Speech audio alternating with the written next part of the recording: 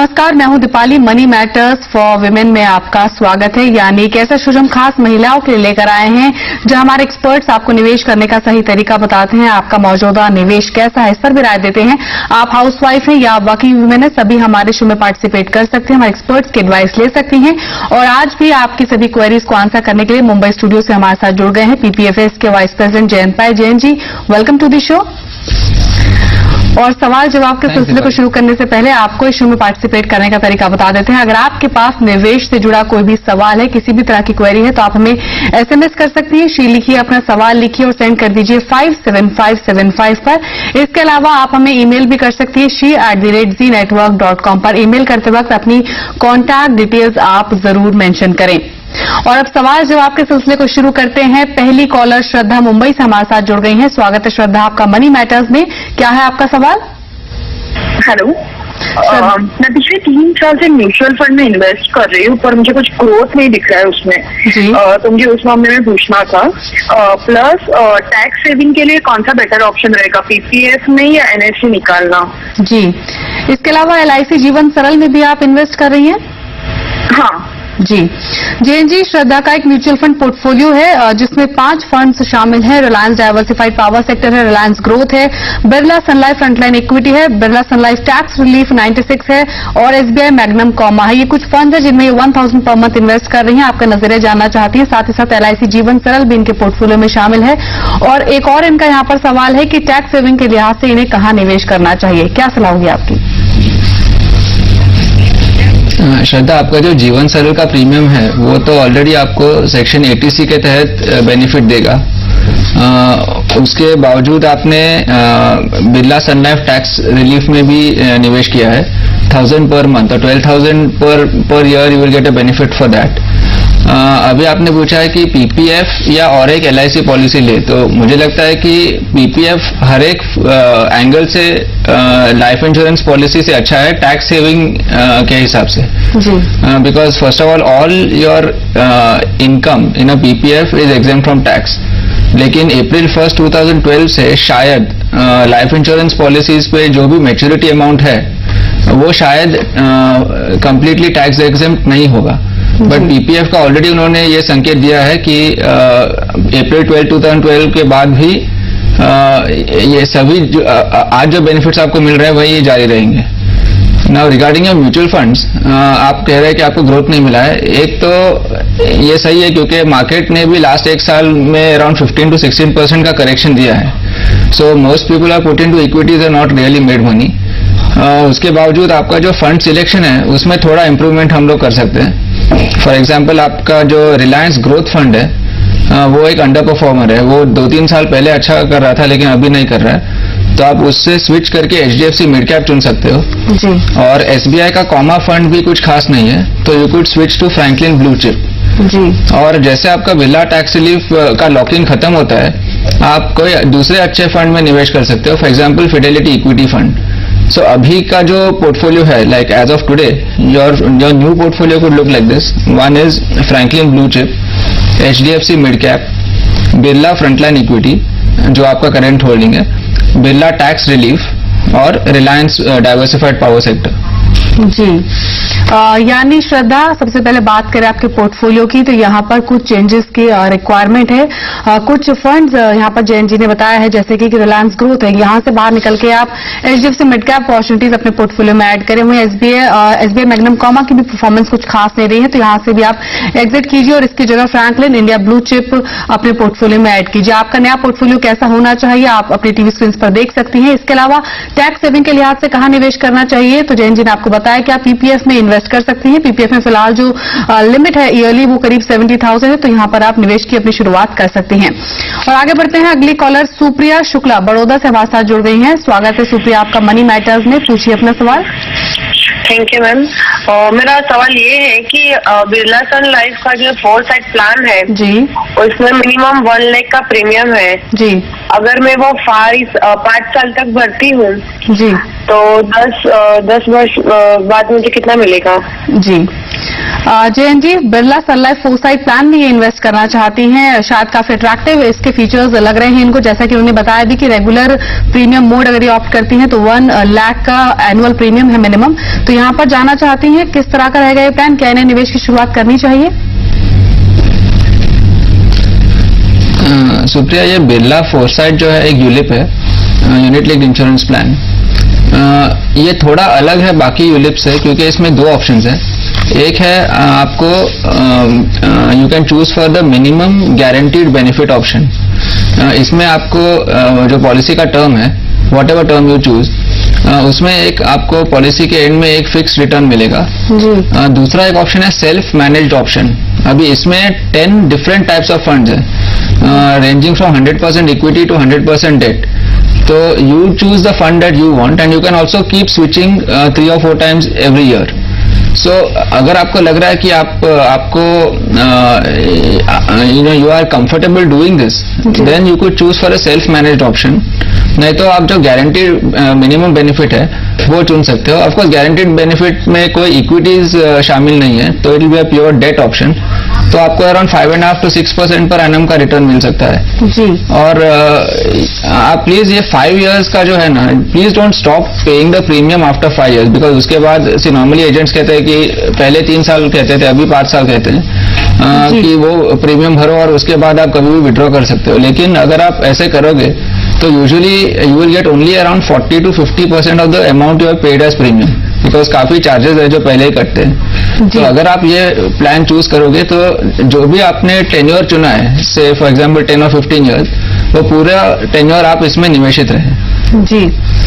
यानी सुप्रिया काफी different plan है ये, जैसा कि जयंत जी ने भी बताया भी, और आपने बात कही थी कितना रिटर्न आपको मिल जाएगा। तो यहाँ पर 10 अलग अलग ऑप्शंस हैं, फंड्स अवेलेबल हैं इन्वेस्टमेंट के लिए। तो बिल्कुल प्रिसाइसली कहना कि कितना आपको मिलेगा थोड़ा मुश्किल है, लेकिन एक मिनिमम एवरेज भी मान के चले तो करीब 6 से 7% का एनुअल रिटर्न आपको मिल सकता है। आप इस पॉलिसी को निवेश के लिए चुन सकती हैं, लेकिन अगर आप निवेश की शुरुआत करती हैं तो यही सलाह है कि टिल मैच्योरिटी आप इस पॉलिसी में इन्वेस्टेड रहिए।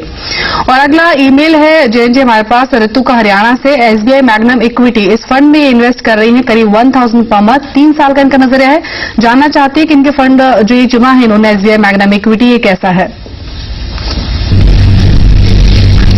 ऋतु, ये एसबीआई मैग्नम इक्विटी एक large to mid cap fund ऐसा क्लासिफाई होता है। तो इसमें अराउंड 50 to 60% लार्ज कैप्स होते हैं और बैलेंस 40% मिड कैप स्टॉक्स होते हैं।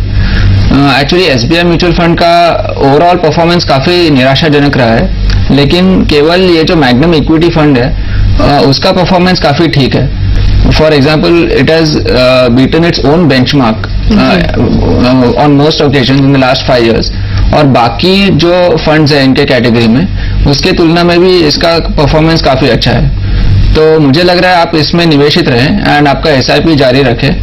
लेकिन अगर आपको कोई लार्ज कैप फंड आपके पोर्टफोलियो में शामिल करना हो तो आप आइदर एचडीएफसी सेंसेक्स प्लस या फ्रैंकलिन ब्लू चिप, इन दोनों में से एक कोई चुन सकते हो जी। यानी ऋतु, एसबीआई मैग्नम इक्विटी एक अच्छा फंड है। एसबीआई म्यूचुअल फंड्स की अगर बात करें तो उनमें एक बेहतरीन फंड है, इसमें अपना निवेश आप बरकरार रहिए, निवेश करते रहिए। और अगर अपने पोर्टफोलियो में आप कोई नया फंड ऐड करने का सोचे भविष्य में तो लार्ज कैप फंड ऐड करें। और 2 ऑप्शन यहाँ पर आपको सजेस्ट किए, फ्रैंकलिन इंडिया ब्लू चिप और एचडीएफसी सेंसेक्स प्लस।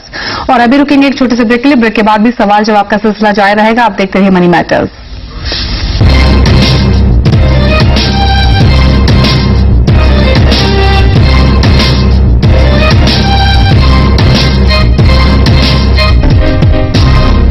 महिलाओं के लिए डिजाइन किए गए इस खास शो में एक बार फिर आपका स्वागत है। अगर आप भी हमारे शो में शामिल होना चाहती हैं, निवेश की शुरुआत करना चाहती हैं या फिर आपका मौजूदा निवेश कैसा है, एक्सपर्ट्स की एडवाइस लेना चाहती हैं, तो एसएमएस और ईमेल के जरिए आप शो के साथ जुड़ सकती हैं। एसएमएस करने के लिए शी लिखिए, अपना सवाल लिखिए और सेंड कर दीजिए 57575 पर। इसके अलावा ईमेल कीजिए she@zeenetwork.com पर। ईमेल करते वक्त अपनी कॉन्टैक्ट डिटेल्स आप जरूर मेंशन करें। और शालिनी कोलकाता से हमारे साथ जुड़ गई हैं। स्वागत है शालिनी आपका मनी मैटर्स में, पूछिए अपना सवाल। नमस्कार, मैं कोलकाता से बोल रही हूँ। एक्चुअली मैंने लाइफ जीवन करण में इन्वेस्ट किया हुआ है जी। 2.5 लाख का प्लान है। ये मंथली ईयरली इंस्टॉलमेंट है 18,128। जी, तो ये कैसा स्कीम है जीवन तरंग, उसके बारे में थोड़ा जानना जी चाहिए। बिल्कुल। JNJ LIC जीवन तरंग में इन्वेस्ट कर रही है, करीब 18,000 रुपए सालाना प्रीमियम भी पे कर रही हैं। आपकी सलाह जानना चाहती है, जो पॉलिसी उन्होंने निवेश के लिए चुनी है ये कैसी है? शालिनी, मुझे लग रहा है आप कह रहे हो कि आपका कवरेज कुछ 2.5 लाख रुपीस का है। सो एक्चुअली ये जो जीवन तरंग है एक होल लाइफ प्लान है, इसमें आपको up to the age of 100 आपको कवरेज मिलेगा। So from the coverage point of view it is very good, लेकिन it is not very good from the returns point of view, because आपको around 5.5% का guaranteed return इसमें मिलेगा, जो कोई बड़ी रकम नहीं है। सेकेंड इज कि आपका जो कवरेज है 2.5 lakh rupees, I feel it is too low. तो ये जो पॉलिसी है वो आप जारी रख सकते हो। अगर आपको आगे प्रीमियम नहीं भरना है तो आप इसको एक फुल्ली पेड अप स्टेटस में भी कन्वर्ट कर सकते हो, तो इससे आपका पॉलिसी जारी रहेगा, लेकिन your life cover will be reduced proportionately. But anyway 2.5 lakh rupees is not a very big figure. तो अगर आपको और बड़ा लाइफ कवर चाहिए तो मुझे लग रहा है कि आजकल बहुत ऑनलाइन टर्म इंश्योरेंस प्लान्स उपलब्ध हैं, तो आप उनमें से एक कोई चुन सकते हो। दो अच्छे जो कंपनीज हैं जो ऑनलाइन टर्म प्लान दे रही हैं, एक है अविवा का आई लाइफ प्लान और दूसरा ICICI प्रूडेंशियल का आई केयर करके है। पहले आई प्रोटेक्ट था, अभी आई प्रोटेक्ट उन्होंने बंद किया है और आई केयर करके नया ऑनलाइन टर्म प्लान चालू किया है। तो आप इन दोनों में से कोई एक चुन सकते हो। जी, यानी शाली LIC जीवन तरंग की अगर बात करें तो एक होल लाइफ प्लान है, यानी आजीवन बीमा इस प्लान में मिलता है। काफी अच्छा प्लान है, आप इसमें इन्वेस्टेड रह सकती हैं, लेकिन किसी वजह से अगर आप फर्दर प्रीमियम पेमेंट नहीं करना चाहती हैं तो आप इसे फुली पेड अप स्टेटस में कन्वर्ट करा सकती हैं। फुली पेड अप स्टेटस में आपकी पॉलिसी एक्टिव रहती है, लेकिन आपको फर्दर प्रीमियम पेमेंट नहीं देना होता है। एजेंट की हेल्प से आप इस प्रोसेस को अप्लाई कर सकती हैं। वही JNJ की सलाह है कि यहाँ पर जो रिस्क कवर है वो इनएप्रोप्रिएट है। आप यहाँ पर एप्रोप्रिएट रिस्क कवर के लिए आप एक टर्म प्लान चुन सकती हैं। दो ऑप्शन यहाँ पर सजेस्ट किया आपको, अविवा का आई लाइफ प्लान है या फिर ICICI प्रूडेंशियल का आई केयर है। और आगे बढ़ते हैं, अगली कॉलर सुशीला यादव कानपुर से हमारे साथ जुड़ गई हैं। स्वागत है सुशीला आपका मनी मैटर्स में, पूछिए अपना सवाल। जी, मैंने अपना पोर्टफोलियो भेज किया है जी। मैं 20 साल में 1 करोड़ रुपए चाहती हूँ जी। JNJ जी बोलिए। जी, मैं 7,000 रुपए बर्मन म्यूचुअल फंड में इन्वेस्ट कर रही हूँ। जी जी, JNJ Sushila 7,000 per month mutual funds में इन्वेस्ट कर रही हैं। 4 म्यूचुअल फंड्स इनके पोर्टफोलियो में शामिल है। DSPBR टॉप 100 है, IDFC प्रीमियर इक्विटी है, ICICI प्रूडेंशियल डिस्कवरी और रिलायंस इक्विटी अपॉर्चुनिटीज, ये फंड्स इनके पोर्टफोलियो में शामिल हैं। 20 साल का इनका नजरिया है और जानना चाहती है क्या इस पोर्टफोलियो से ये 20 साल में 1 करोड़ रुपए कमा सकती हैं? सुशीला, आपका फंड सिलेक्शन बहुत ही अच्छा है और कॉम्बिनेशन भी अच्छा है और इंडिविजुअल फंड्स भी अच्छे हैं। फॉर एग्जांपल ये जो टॉप 100 है वो एक लार्ज कैप फंड है, Reliance equity opportunities large to mid cap है और बाकी 2 प्योर मिड कैप फंड्स हैं। यूजुअली हम लोग प्योर मिड कैप्स ये कहते हैं कि around 15 to 20% of your portfolio होना चाहिए। आपके पोर्टफोलियो में थोड़ा ज्यादा है, लेकिन क्योंकि आपका नजरिया लंबा है तो मुझे लग रहा है आप कंटिन्यू कर सकते हो जी। अगर आप यही पोर्टफोलियो रखें और आप ये पोर्टफोलियो पे एन एवरेज रिटर्न ऑफ 11% कमाए पर ईयर, तो आपको 1 करोड़ आप हासिल कर सकते हो 20 साल में जी। लेकिन मुझे लग रहा है कि fund performances keep on varying, तो आपको एटलीस्ट वंस अ ईयर ये सभी फंड्स का परफॉर्मेंस चेक करते रहना चाहिए। और अगर कोई फंड का परफॉर्मेंस अच्छा नहीं हो तो आप कोई दूसरे फंड में स्विच कर सकते हो, लेकिन अभी के लिए आप ये कंटिन्यू कर सकते हो जी। बिल्कुल JNJ, जैसे कि आपने बताया कि इनका पोर्टफोलियो फिलहाल डाइवर्सिफाइड है, गुड मिक्सचर है large cap mid cap funds का, लेकिन भविष्य में अगर ये अपना इन्वेस्टमेंट बढ़ाना चाहे तो किस तरह का फंड इनके लिए चुनना सही रहेगा? यूजुअली मुझे लगता है कि लार्ज कैप फंड्स का ज्यादा फंड शामिल होने चाहिए। तो अभी इनके पास DSP टॉप 100 तो है ही, तो अगर वो और एक फंड ऐड करना चाहती है तो कोई अच्छा दूसरा लार्ज कैप फंड है, जैसे HDFC सेंसेक्स प्लस है या Franklin India index fund Nifty option है या Franklin Blue chip. So you could choose any one of these 3 and जो ओवरऑल पोर्टफोलियो में आप देखो कि आपके मिड कैप फंड्स जो है वो they do not go beyond 20 to 25% जी। यानी सुशीला, जो आपका पोर्टफोलियो है उधर को डाइवर्सिफाइड है, गुड मिक्सचर है लार्ज कैप और मिड कैप फंड्स का। यहाँ आप इन्वेस्टेड रहिए, किसी बदलाव की यहाँ पर जरूरत नहीं है। और अगर 11% का रिटर्न भी आपको एनुअल मिलता है तो आप आसानी से अपना लक्ष्य 20 साल में अचीव कर पाएंगे। और अभी रुकेंगे एक छोटे से ब्रेक के लिए। ब्रेक के बाद कुछ और कॉलर्स को अपने शो में शामिल करेंगे। आप देखते रहिए मनी मैटर्स।